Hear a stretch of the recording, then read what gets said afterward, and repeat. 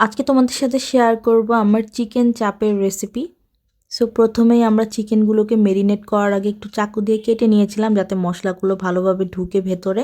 So আমি এখানে হলুদ, মরিচ, লবণ, ধনিয়ার গুঁড়া, সয়া সস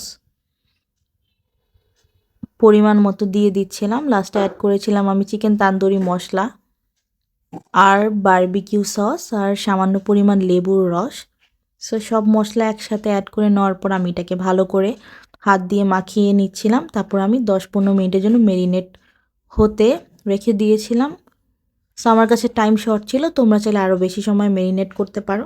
আমি এখানে একটু বাটার অ্যাড করেছিলাম যাতে চিকেন চাপের ফ্লেভারটা একটু ভালো আসে। আমি এখানে 30 মিনিটের মতো কুক হওয়ার জন্য চিকেনগুলোকে দিয়ে দিয়েছিলাম ওভেনে টাইমার সেট করে।